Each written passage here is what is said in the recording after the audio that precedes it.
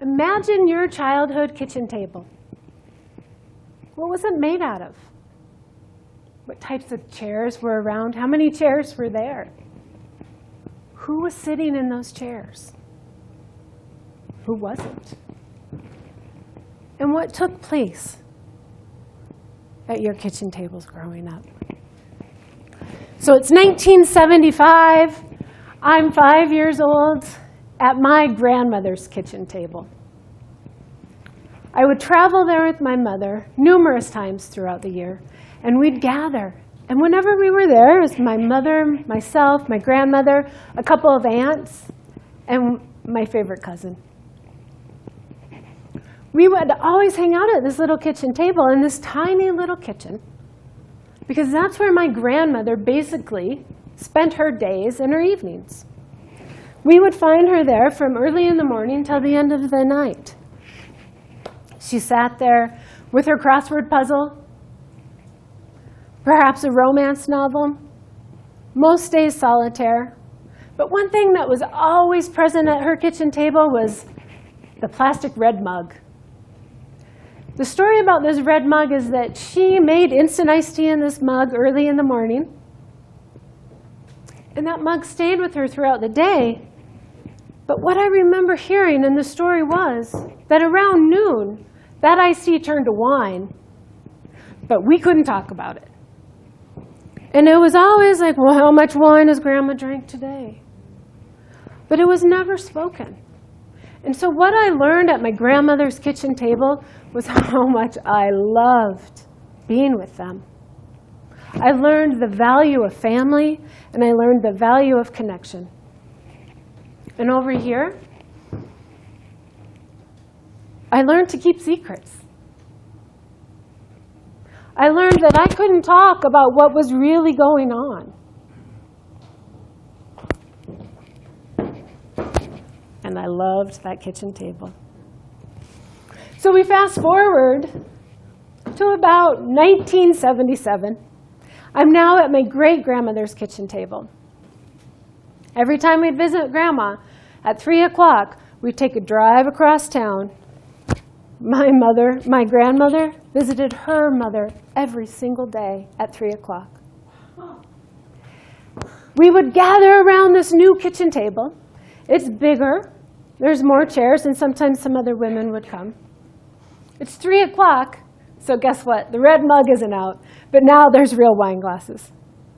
And we're gathered around drinking, and the kids, we got popsicles, but we were part of this gathering. And once again, I learned the value of community, of women getting together, and of sharing stories. And once again, I learned that there was no way I could talk about how sad, scared, and angry I was. See, when I would leave my grandmother's tables, I would travel back to my mother's kitchen table. And at my mother's kitchen table, it was mostly just her and I.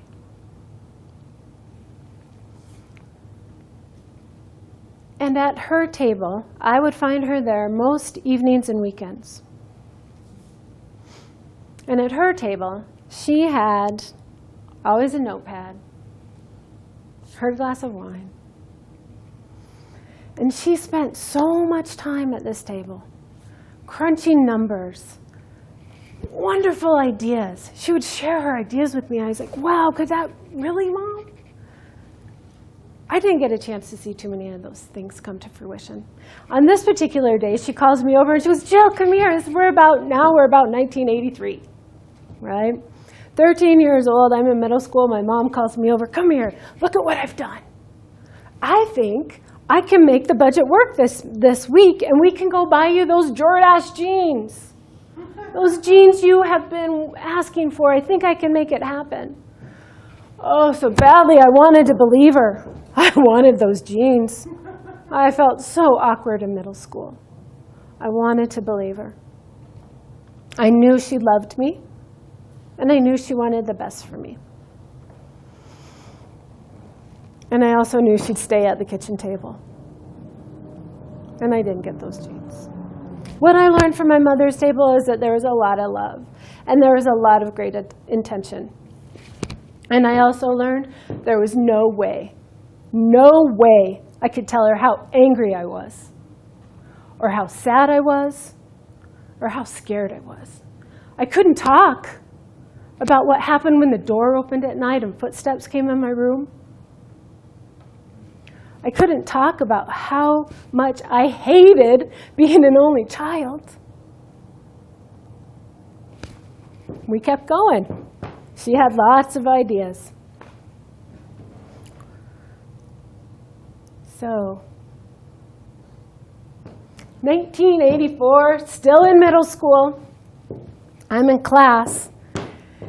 And my teacher says, come on, Jill, let's go out in the hall. And I go out in the hall, and there's my mom.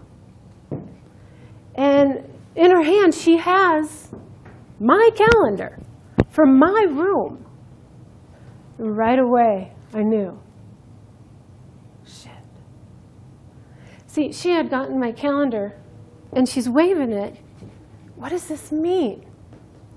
And I had picked the day that I planned to kill myself. And she goes, Jill, I'm worried. What is this? Let's go get you some help. So we go in the car. She drives across town. And I go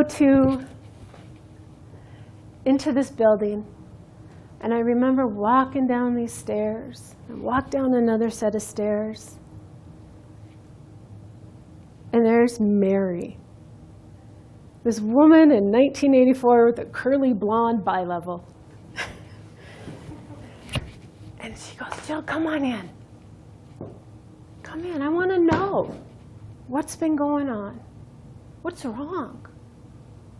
No, I stayed true to the values my family gave me. I couldn't talk about much, but I tell you what I did do. I talked about some. And guess what she did? She listened.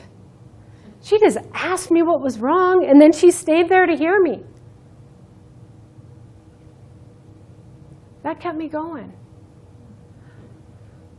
I think that day, my mom didn't know what to do. She went and bought me those Jordache jeans. And she took me to see Mary some more. And it helped. Fast forward, within that same year of seeing Mary, I'm babysitting. 2 young kids that I had babysat for quite a few times. And on this night, I decided that I was going to go up into the cupboard. I was going to get the little girl's Holly Hobby thermos. And I took that Holly Hobby thermos, and I filled it with some booze.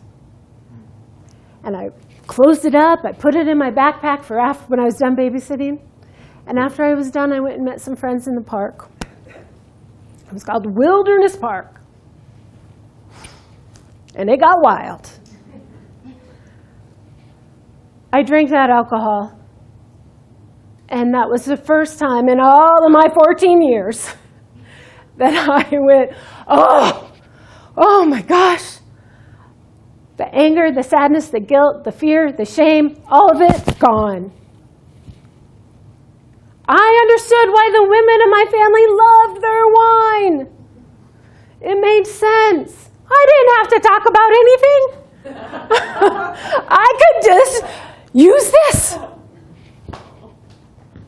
And I did. I used it a lot. And the anxiety, the depression, the loneliness, the shame, the mistakes, the hurting people, the losing friends continued. It all continued. And I got the chance to experience many more kitchen tables because I got sent to a lot of different places. I got to spend time with other people. But I ended up back at my mother's kitchen table. It all stopped. It didn't work anymore. It all ended in the fall of 1987. For whatever reason, all the stuff I kept pushing down messed with me. I had been kicked out of high school, so I had a lot of time to try and figure stuff out, trying different things other than just alcohol, which I had been doing over the years.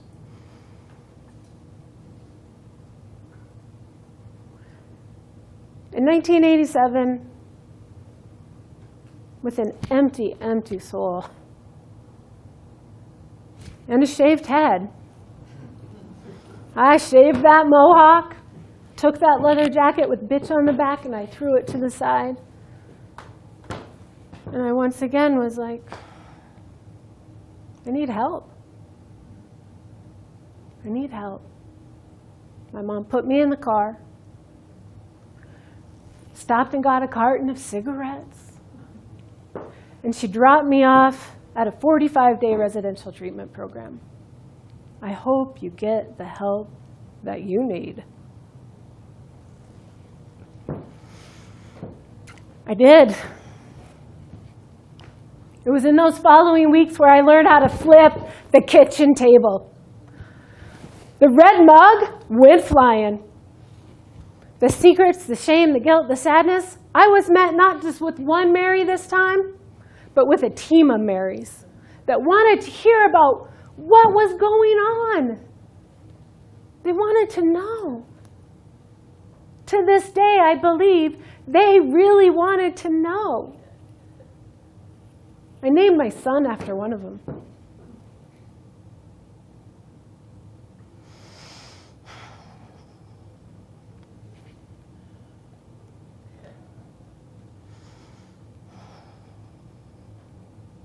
I flipped the table. I realize now that I was so terrified to flip that table because what I might find was the most heinous, unlovable, angry, scared little girl that I did not want to see. Those people helped me realize, helped me discover what I actually found under that kitchen table was the most lovable, precious, scared, angry little girl that really needed to be heard.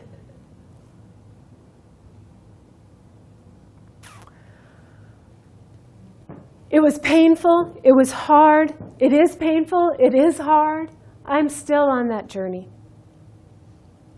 I stand here today because what I know to be true is adversity is all around. It is part of the human condition. I also know I didn't know how to handle it. The National Alliance for Mental Illness states that 1 out of every 5 adults will suffer from some type of mental illness in their lifetime. Half of those people, myself included, will also have some issues with some type of substance abuse disorder. That's a lot of people. That's a lot of suffering. It's a lot of pain.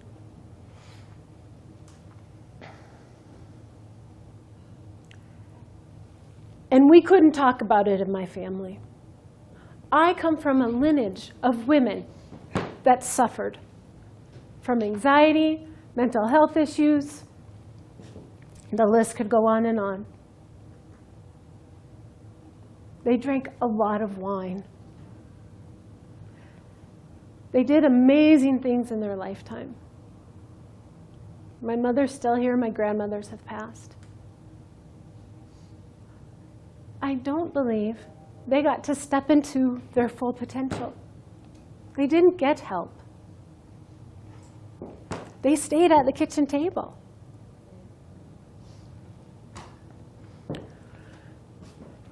So my question is, what does your kitchen table look like? What might be in your red mug that you're not quite ready to talk about or face? Does flipping the kitchen table for you mean having that really tough conversation?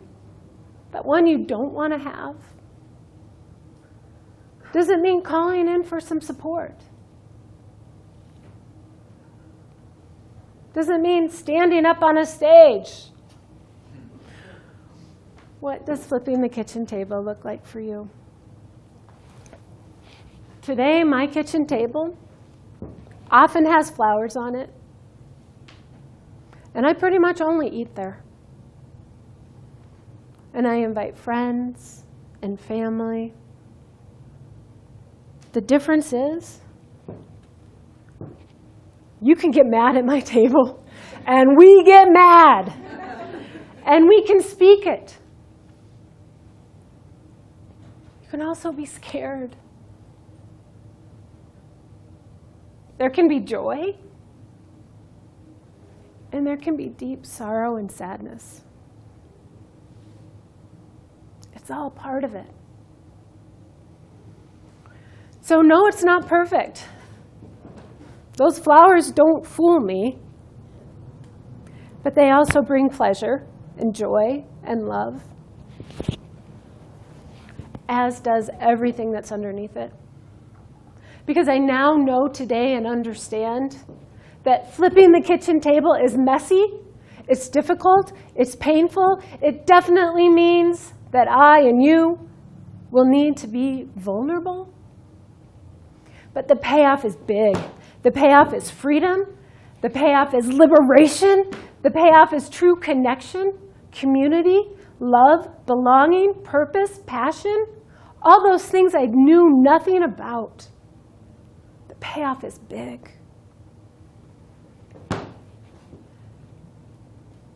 So I know that it's messy. And I know the joys, and I know the messiness. And I tell you what, I want real.